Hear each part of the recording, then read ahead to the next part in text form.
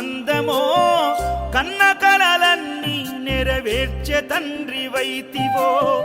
రెప్పచాటు కన్నీళ్ళే కష్టాలను మోసెరో